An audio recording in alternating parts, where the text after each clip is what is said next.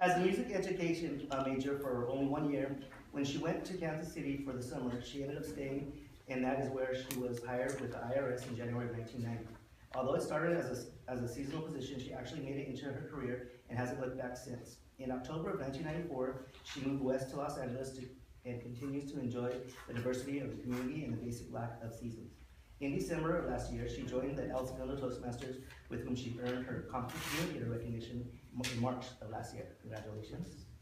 Okay, and her speech she'll be giving, now working towards her first advanced communicator recognition, now is here today to present project number 5 out of the Speeches by Management Manual. This project is about delivering bad news and includes objectives of delivering bad news with tact and sensitivity, organizing the speech appropriately for the audience, and concluding with a pleasant note that maintains the audience's goodwill. To set the stage for the speech, you are no longer Toastmasters, but instead IRS employees that were recently interviewed for the group of management positions in Los Angeles. Please join me in welcoming Mel Hadley.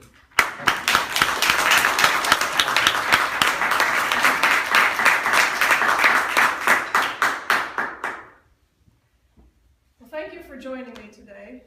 I know when you accepted this, you didn't exactly know what we were going to talk about. So now that the 5 of you are together, if you look around, can you figure out what you have in common? Last week, I interviewed each of you for the group manager position in Los Angeles. So let me start with the bad news. I'm sorry to say you weren't selected. I know that's disappointing, but the reason I brought you together is because I was actually excited by your interviews. The fact that every single one of you had a good interview tells me the agency has a future for the leadership, and that's exciting. In the past, I've had manager interviews that just totally bombed, and none of you did that. You actually each did a very good job. So what I'd like to talk to you about today are 3 main things. First of all, I'll give you some individual feedback regarding your interview last week for the benefit of everyone. Next, I'll give you some basic tools that you can use for your next interview that would have been helpful had you applied them last week. And then third, where we might go as a group together if you swear your allegiance to me and do that. So diving right in, let me first start with Janet and Jane.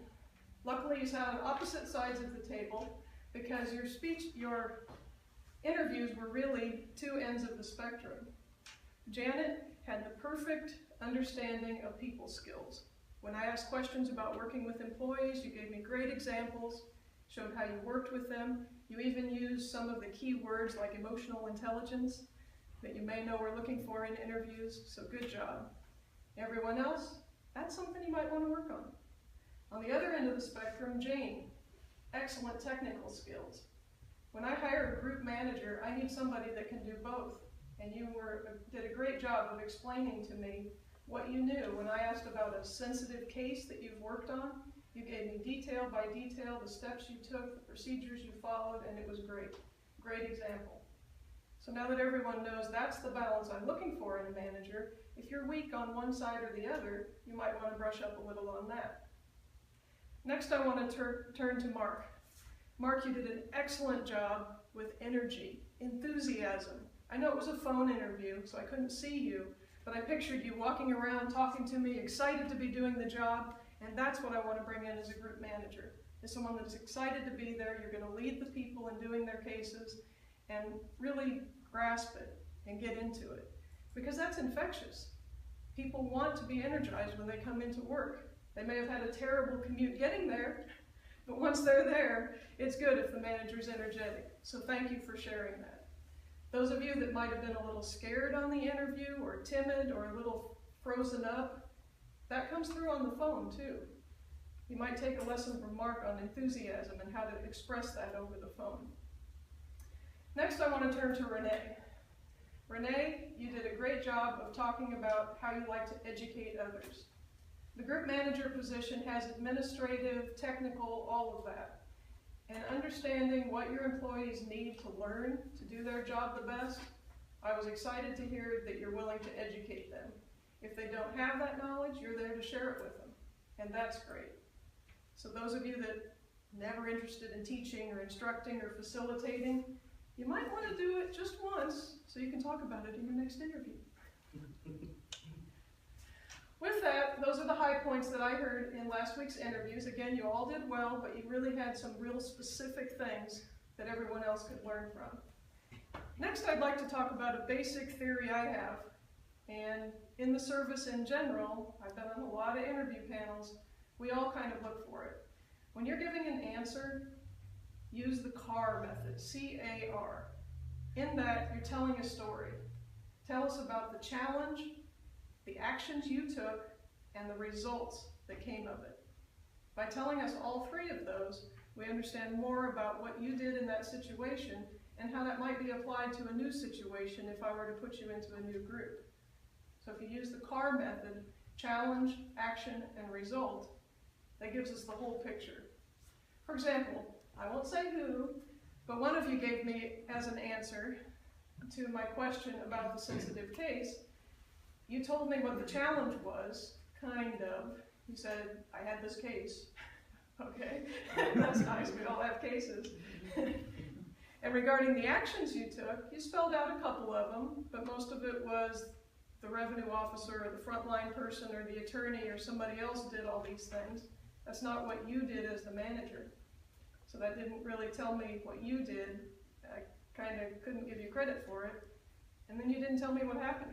How did it end? There was no result. An incomplete picture. So if you work on your stories, talk to yourself about them, tell the stories in the mirror or in a recording, even if it's just your phone, do it verbally, and then play it back and listen to it. Make sure you're getting the challenge, action, and result, CAR, then you should be good next time around. Along with that, usually for management interviews, we've got 4 sections to it. Leadership questions, business results, employee satisfaction, and customer satisfaction. So if you have stories to tell along all 4 of those, you'll really be ready for your next interview. Practice the stories, figure out when you hear a question, which one are they looking for? Oh, this one has to do with improving some kind of result, it must be business results. If it has to do with leading others, it must be leadership. And pull out your leadership story and tell that using the CAR method. And that'll help you a lot the next time. The last thing I want to talk about is where we go from here. As I said, I was really excited to have all 5 of you apply because I see this as the future leadership of the agency. And what I'd like to do, if you're willing to join me, is create a pre-management cohort. The 5 of you will work together. I've talked to your managers, you're all doing fine with your casework, and they're willing to allow 1 to 2 hours a week to work on projects with this cohort so you can learn from each other. And since each of you has your different strengths, I think that could work to raise all of our strengths. And the first project I'd like to do with that is a reading assignment. And what we'll do is I'll be handing out the books shortly if you're willing to do this with me. And it's about resilience, because obviously I pulled you together, you didn't get the job this time, but I really see you as leaders in the future, so I hope you'll continue on this path, and that does require resilience. To pull the bootstraps back on, get back on that horse, and try again. And I think if we work on some of these aspects, you'll be able to be more prepared next time, and it'll be a good fit, and I'll be able to say, congratulations, you got the job. Mr. Toastmaster.